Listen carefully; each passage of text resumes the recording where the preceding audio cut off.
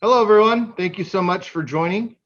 As we mentioned in the invite, we will be giving away 100 KN95 masks to a lucky participant. Please stay on until the end of the presentation, which will take a maximum of 30 minutes, and put one question in the chat, and we will draw a name and announce the winner before we close out the webinar. Anyways, we'll get started here in just a couple seconds. Thank you again for joining.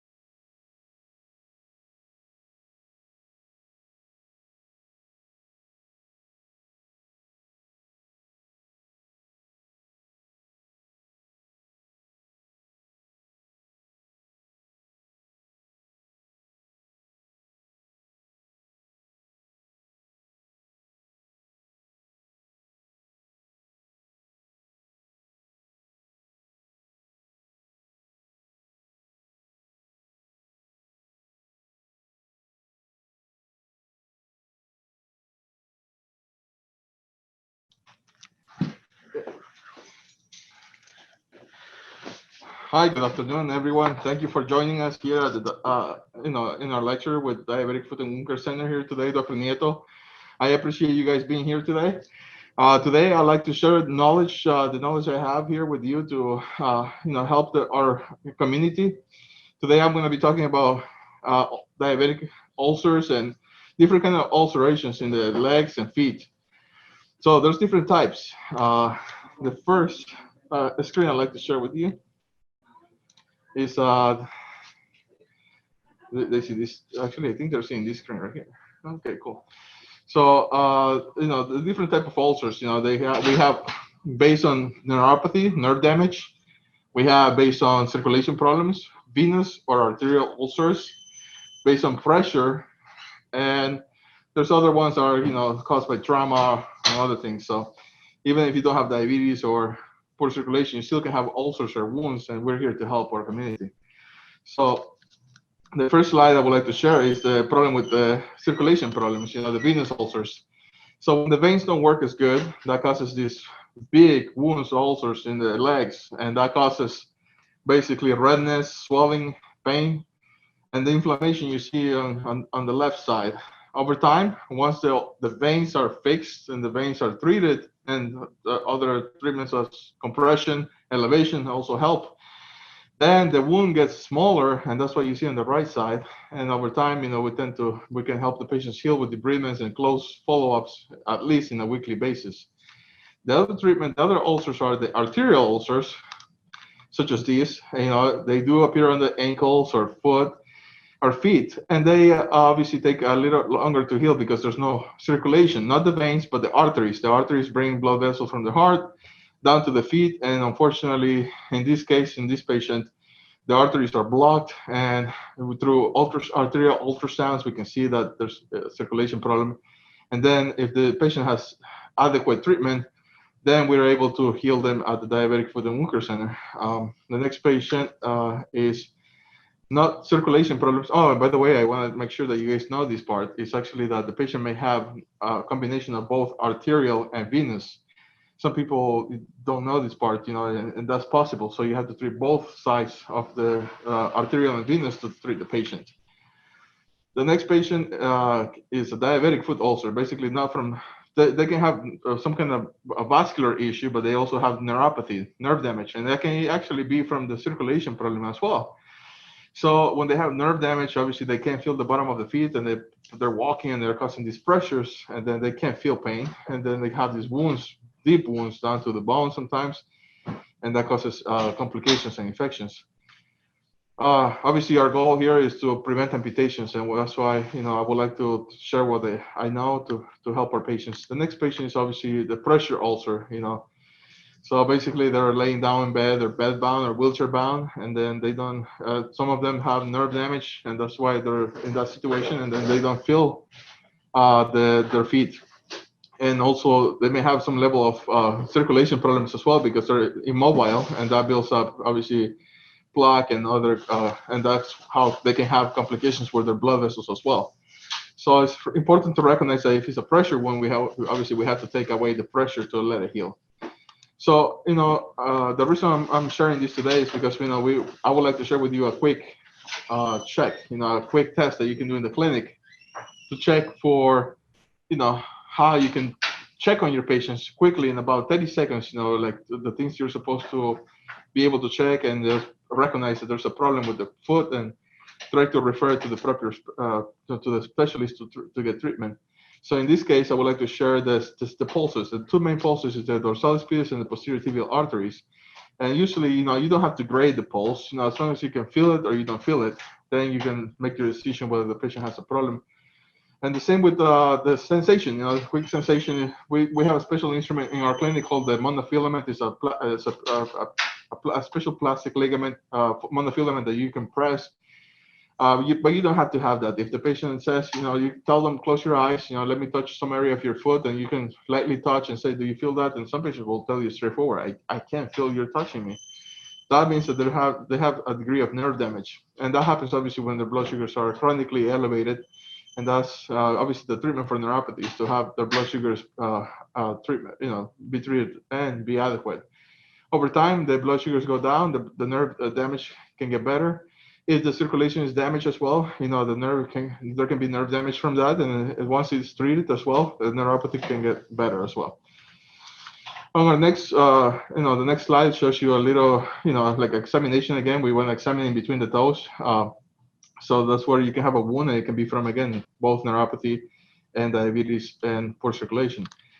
We have a really simple picture here that can show you the difference between a hot foot, that means infection, and a cold foot. If you have a hot foot, that means that basically you have a blister or ulcer, some kind of infection. It's really warm to touch. There's some drainage coming out.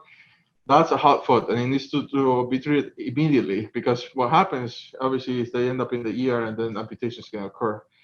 And the other foot is the opposite. It's actually the cold foot. The cold foot is actually, the patient's in pain. They say that they're just laying down in bed and they're in severe pain. The foot, it feels cool to touch. You touch it and it looks red, but it's not hot. It's actually cold, and that means there's a big difference in that. That means the poor circulation, the oxygen doesn't get there, and that causes severe damage, ischemia of the tissues, and it can cause basically gangrene and amputations. So in our clinic, we say basically time is tissue. The faster you send these patients, the faster we can help them here. We want to prevent the amputation. We want to prevent this hospitalization. Unfortunately, we have COVID now, and this is obviously the patients don't feel comfortable going to the hospitals. So for that reason, we at the Diabetic Foot and Wound Care Center have opened our clinic now 7 days a week from 8 to 6. And we actually even offer walk-in clinic. That means basically if you see the patient today and you said, I'm really concerned, I don't want to send you to the hospital, but I want to have you treated, send the patient to us. We see it within the hour. They just can come in, walk in, and basically we'll see it. We have, let me give you this examples of some patients, right? You have the typical ingrown toenail. The patient has had multiple treatments, for weeks, different procedures, and still not healing. And that can be because the circulation may not be the best, because they may have obviously uncontrolled diabetes, infection, bone infection, and that needs to be addressed. So if you have a patient that you've treated or you have, and they've done their own treatments and it's not healing, send it to us. Let us evaluate and help the patient.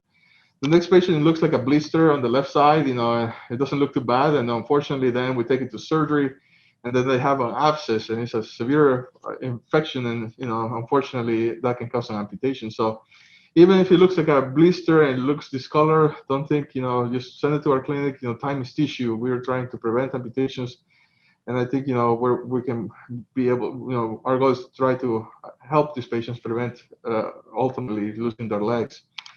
The next patient, as you can see on the left side, it looks like a typical wound. It doesn't look too bad, but X-rays on the right side show that the bone is missing. Unfortunately, I have many patients that go to the ER. They never seen a foot doctor before. They're taking their ingrown nail out. They say, Dr. Nieto, I keep taking my nail out, and it keeps coming out. I looked at it. It looked white, and unfortunately, it was not even the nail. It was bone that he was taking out. Then I do the X-ray, and the bone is missing. I told him, I had to tell the patient, look, I know you have neuropathy and you don't feel your feet, but basically you were digging your bone out, and you have bone infection now, so we have to treat you. Thankfully, we did a treatment here on the left side. As you can see, we didn't have to amputate the whole toe. We were able to save the toe, but still we had to take some of the bone out that was infected. Sometimes, I have patients, they meet me and they say, Dr. Nieto, I've had this wound for 10 years, 5 years. I've seen different doctors and specialists, and it's not healing. And unfortunately, at that point, I tell them, there's options, and we do the options. We try was not surgery always if we can, but sometimes it comes down to surgery. And here at the Diabetic Foot and Wound Care Center, we offer these surgeries that will help the healing of the wounds. So as you can see on the left side, on the left side, this patient had a heel wound and never healed. When this surgery, put the graft, we put different kind of applications in the foot and the leg. We have at the Diabetic Foot and Wound Care Center, we have different technologies and materials that we can use to help our patients. And as you can see over time, these wounds have healed and they're doing much better. Sometimes it's actually about the deformity of the foot. As you can see on this picture, it's about Charcot arthropathy. Sometimes they have these hammer toes, and you have to fix the problem and the deformity, the biomechanics of the foot to help these patients. Obviously, I'm not saying that every patient needs surgery, but I'm saying that some, you try was not surgical approach first, because obviously that's the standard. And if it doesn't help, we offer what needs to be done to help our patients. Okay, so I want to touch on the technology we offer at the Diabetic Foot and Wound Care Center. We offer, hyperbaric oxygen treatment. Sometimes, you do everything. You do a conservative approach. You do debridements. You do surgical, tissue graft placement, and they still have issues. So we basically do hyperbarics, and hyperbarics help, with hyperoxygenation of the tissues. We put the patient in tight chambers, and over time, we have obviously a special criteria for that, and we go through the checklist. And if the patient is a candidate, we'll put it there, and we'll put the patient into the chamber and help them heal over time. And this is some of the examples we have. These patients have had chronic wounds for years. They've seen multiple doctors and no improvement, and they get better over time. And that's one of many patients that we have. But I want to make sure that you guys understand the following. If the patient does have a problem, obviously, like I said, the checklist. The checklist means that basically if they have a problem that they haven't addressed, diabetes, infections, the pressure, and so most importantly, sometimes we forget about the circulation, such as this patient here. It's never gonna heal. I can clean the patient. I can debride the wounds. I can do amputations, and it's never gonna heal. So that's why checking the circulation is one of the most important things. And as you can tell, on this picture, this is one of our success stories where the patient didn't have the vasculature and the oxygenation to heal this. And over time, he was treated as a team, and that's what we try to do here: work as a team so we can provide the patient the best care possible, so we can save the feet and the legs and make our community not be on the statistics. I hate when the statistics come out and they say Kern County has, is the county with the highest amputation rate in the state. I don't like to hear that, and that's the reason why we're here. We're gonna try to make the change, and we're gonna try to prevent these amputations. So I appreciate that you guys were here today. That I was able to share some of the knowledge about your wounds, the wounds and consults and assessments, and basically we're here to work as a team. I'm gonna have Dr. Kumar. He's gonna present his information, and I appreciate again everything you guys do for us. And please let me know if any questions. I'm here to help. Please send us patients. Again, we do walk-in clinics, and we're open 7 days a week. If you have any questions, give us a call. I'm here to help. Thank you so much again. Okay, Dr. Nieto, that was wonderful presentation, by the way. I really appreciate And as Dr. Nato mentioned, we are here to prevent amputations, especially in patients who have lower extremity wounds. That's one of the most common reason for amputations, vascular compromise.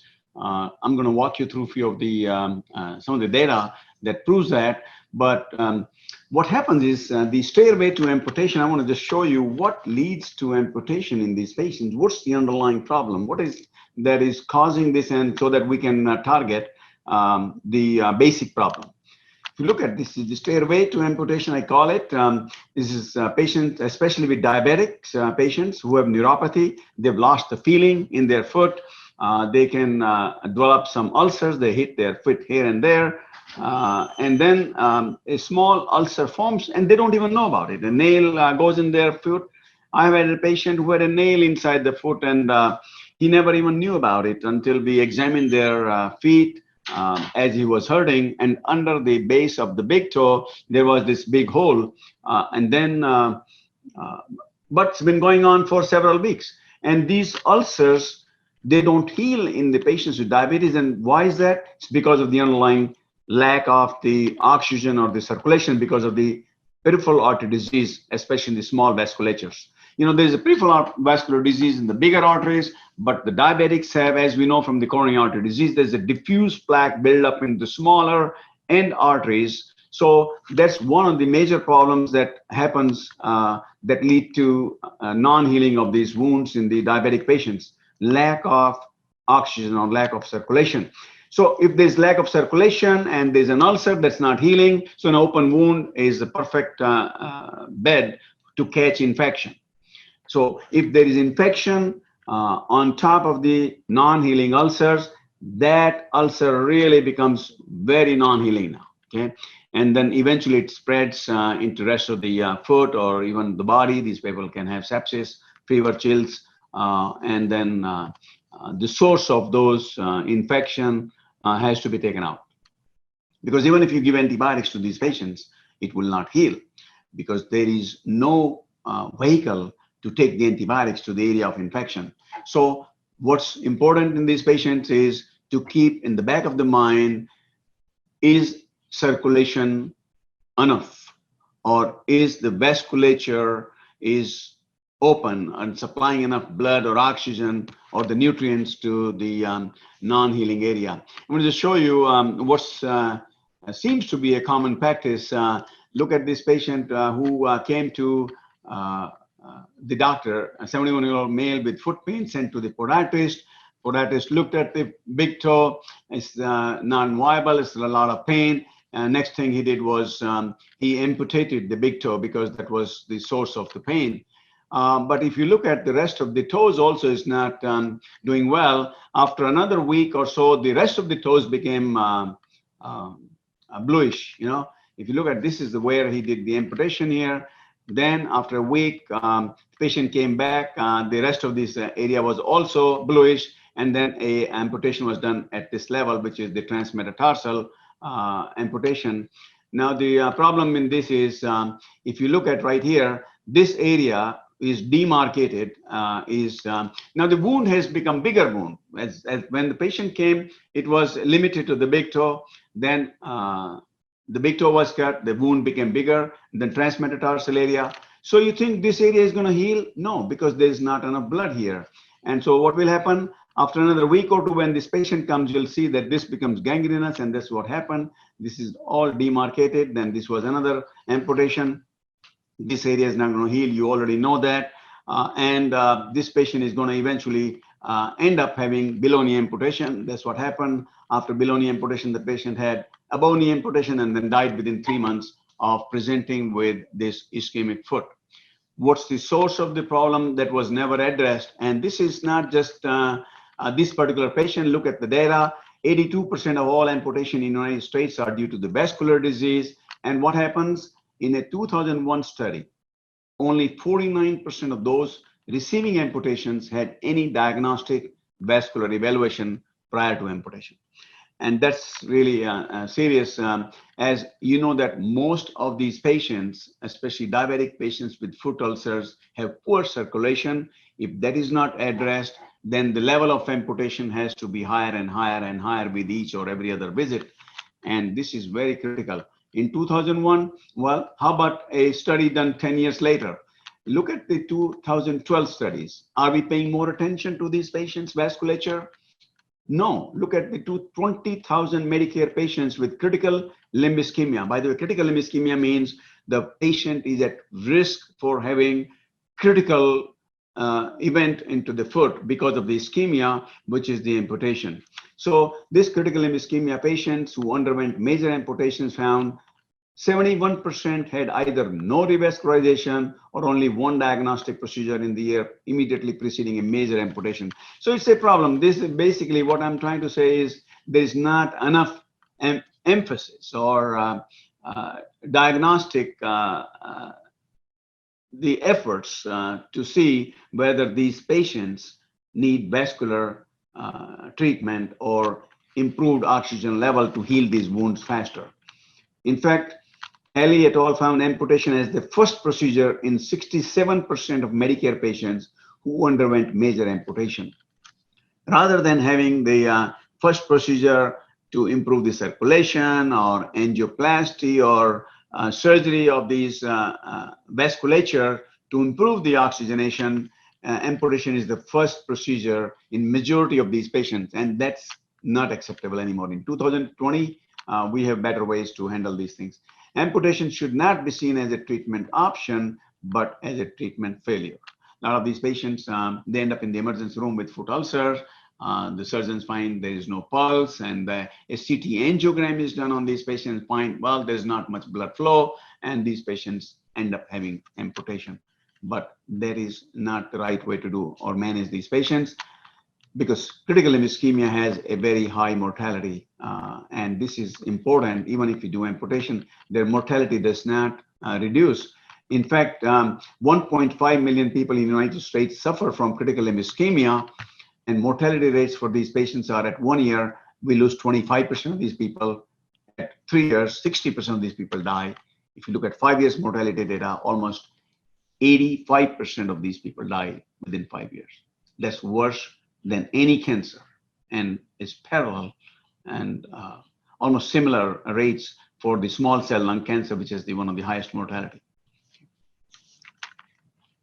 So to remember that if the patient comes with critical limb ischemia, that's an emergency and should be handled as such.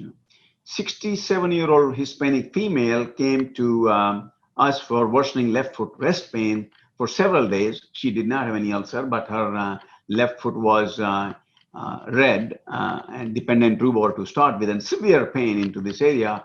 We the patient had a history of hypertension and diabetes, history of smoking, currently was non-smoker. By the way, for the peripheral artery disease, the two strongest risk factors are diabetes and smoking. If the patient has both the risk factors, the risk for peripheral artery disease is 75 times higher. But if you have a patient with foot pain and has no history of smoking and no diabetes, it is very unlikely that they have severe peripheral artery disease. So that's one of the very important distinguished features. So sometimes if you see just from the risk factors, we can tell what's the likelihood. Then we look at and examine their pulses. If they have poor pedal pulses, you know that there's a significant peripheral artery disease. As Dr. Nieto mentioned, just a quick examination is very helpful in deciding what's causing these patient symptoms. This patient had less than 1+ right foot and non-palpable left foot pulses. An arterial duplex study showed monophasic flow below the superficial femoral artery. Anytime there's a monophasic flow, we know that this patient has severe peripheral artery disease. This patient was brought to our cath lab. We did the procedure in the office and improved the blood circulation. We went from the right common femoral artery. If you look at the access, we do all access and ultrasound guidance. Ultrasound guidance does help these patients to reduce the risk for complications because we are able to enter the artery. And we know that most of the complications from these peripheral artery procedures or the angiograms is there's two different sources. One is the excess complications, and second is the conscious sedation like Versed, and the amount of the Versed you give and manage that, you know. So those are the two major sources of the complications, and those are easy to manage if you pay particular attention to those areas. This particular patient, the excess was obtained. This is the picture of the angiogram. There was 100% occlusion of the left popliteal artery here, and there was not much blood flow below the knee. All three arteries had severe disease. We were able to enter the occluded segment, and finally we got beautiful results on this artery. If you look at this, this popliteal artery is open, and we have the good flow into the anterior artery and some flow in the peroneal artery. If you can get at least one artery open in these patients with critical ischemia out of three arteries, you can save the foot. And we were able to have within 5 days, you see this rest pain was much better, and the foot color, you can see that how nice it is. So how do we manage these patients' wounds? As Dr. Nieto had mentioned, we look at where the ulcer is, we evaluate if there's any infection and vasculature. These are the two things. If you can manage both of them effectively, then we can reduce the chance of amputation significantly, at least by 80 to 90%, and at least lower the level of amputation. Instead of the above knee, we have the below knee. Below knee means, you know, to the foot, transmetatarsal, or maybe even the gangrenous area. And most of the time that can be achieved. So I think it's very critical to understand that if the patient has rest pain or an ulcer into the foot, they carry an extremely high mortality rate. These patients, if not attended immediately, they can lead to major amputations and very high mortality rate comparable to the worst cancer that we deal with. So how do we manage these patients on an emergency, especially as these days, it's very important to keep these patients out of the hospital emergency rooms, because if they have open wounds, you don't know how much COVID viruses are floating around into the emergency rooms in the hospital. So as Dr. Nieto has mentioned, he has opened the wound center 7 days a week, 8 a.m. to 6 p.m. and walk-in. So I think we need to address that if these patients do have the rest foot pain or ulcer or gangrene, they need to see a specialist immediately so that their problems can be addressed and the major amputations can be prevented. I'd like to just show you one of the recent patients we did. This is a patient, Felipe is his name. You look at the leg, this is below the knee area. There is hardly any blood flowing to these arteries. I'm going to show you this angiogram. Let's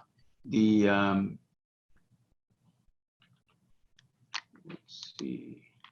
All right, and if you look at this, all three arteries are totally blocked. These blood vessels are filling through the collaterals. This is the anterior tibial artery. There is not much flow to the foot. If you look at out of three arteries, you can partly see just a small amount of the blood flow into the anterior tibial artery. Then we were able to enter this anterior tibial artery. Entered into this pedal loop through the anterior tibial artery into the posterior tibial artery. Now you can see that we are going from the foot up, and this is the foot area. This is called the pedal loop reconstruction. We almost never used to reach that low into the foot to open these arteries. As I told you, diabetic have small vessel disease. Unless you reach those small vessels and try to open that, these patients don't do very well. So this is the gentleman who had all three arteries occluded, and there was no way to enter these small arteries, but we had to go from the foot up to open this posterior tibial artery that was like 100% blocked. And if you see, this is the pedal loop. This is the single wire that's coming from one artery going to the other one and pulled back into the groin. And this is a large balloon. We were able to open these both arteries. This is the long balloon we used after the short balloon. And let me show you this pedal loop right here. is reconstructed. You know that now that these two arteries are going through the foot, and I'll show you, we got beautiful results on this artery, very nice flow, which was extremely slow and almost non-existent, especially this is the knee joint, and you see these are two beautiful arteries going down with simultaneously blood flow reaching down. And if you look at, this is the foot artery, beautiful reconstruction, and these patients do very, very well. This is wonderful, actually. What this patient had to say, I'd like to, let's see if he has his testimony. I'll take one more minute. I try to show you how we can do these patients with carbon dioxide gas. You know, some of these patients have the chronic renal insufficiency or even high level of creatinine, and contrast-induced nephropathy happens at least in about 20 to 25% of these patients.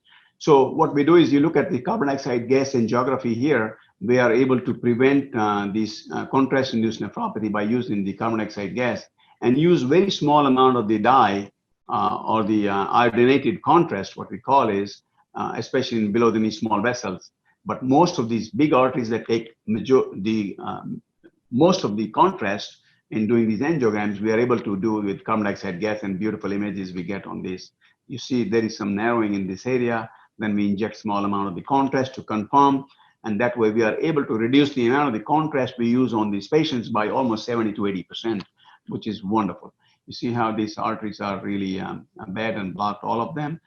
By just doing 1 cc of contrast, we are able to look at those arteries that far down. This is another patient. You see how we are able to get to the small pedal arteries through the pedal loop. This artery were totally blocked here, and this is the post result. This is the post results actually. Looks very, very nice. Let's see what this patient has to say. I don't know if you're able to hear him. Let's see.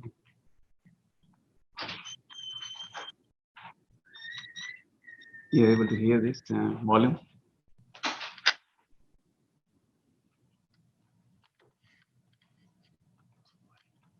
Is that? It was just breathing. Let's see.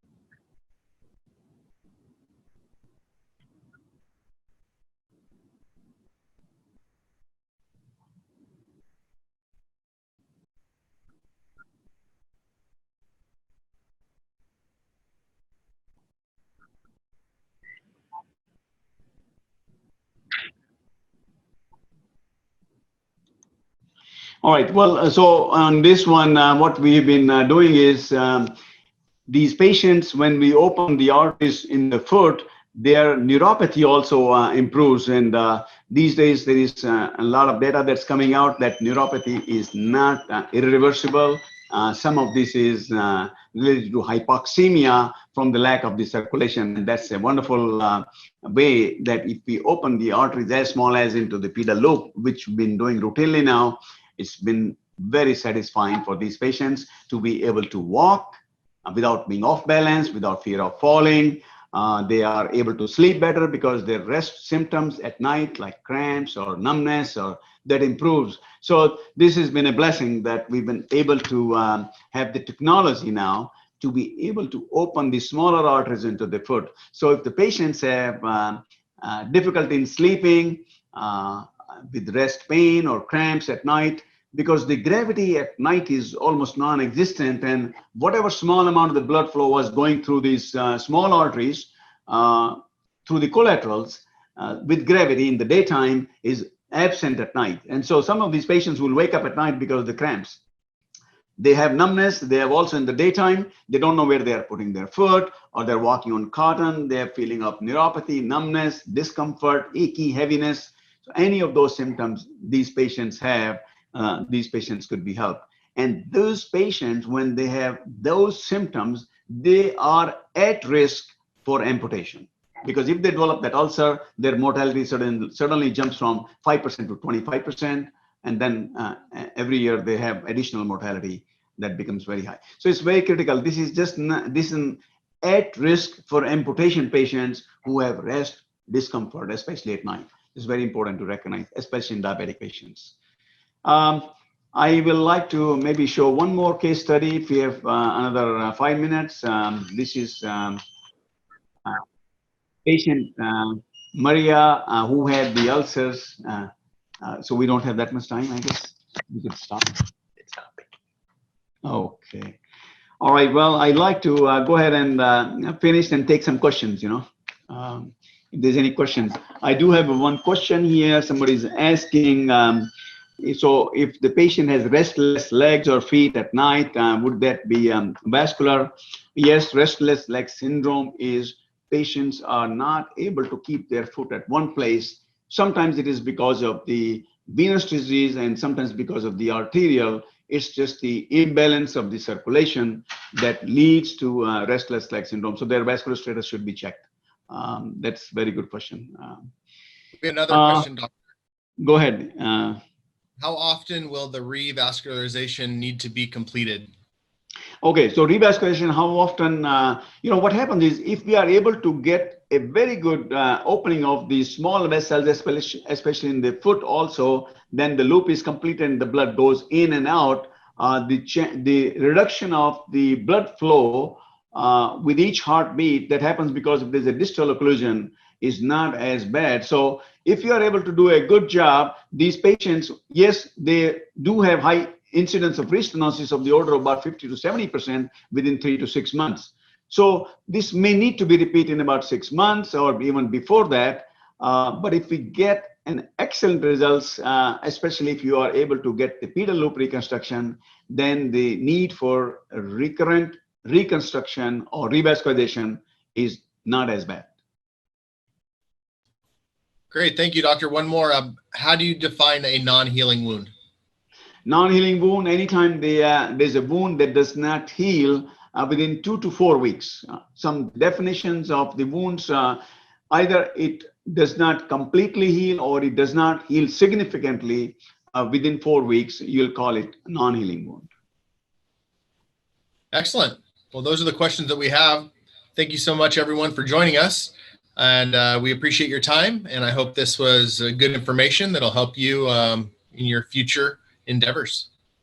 All right. Thank you very much. Thank you, everybody, for joining. And thank you, Dr. Nieto, for an excellent presentation.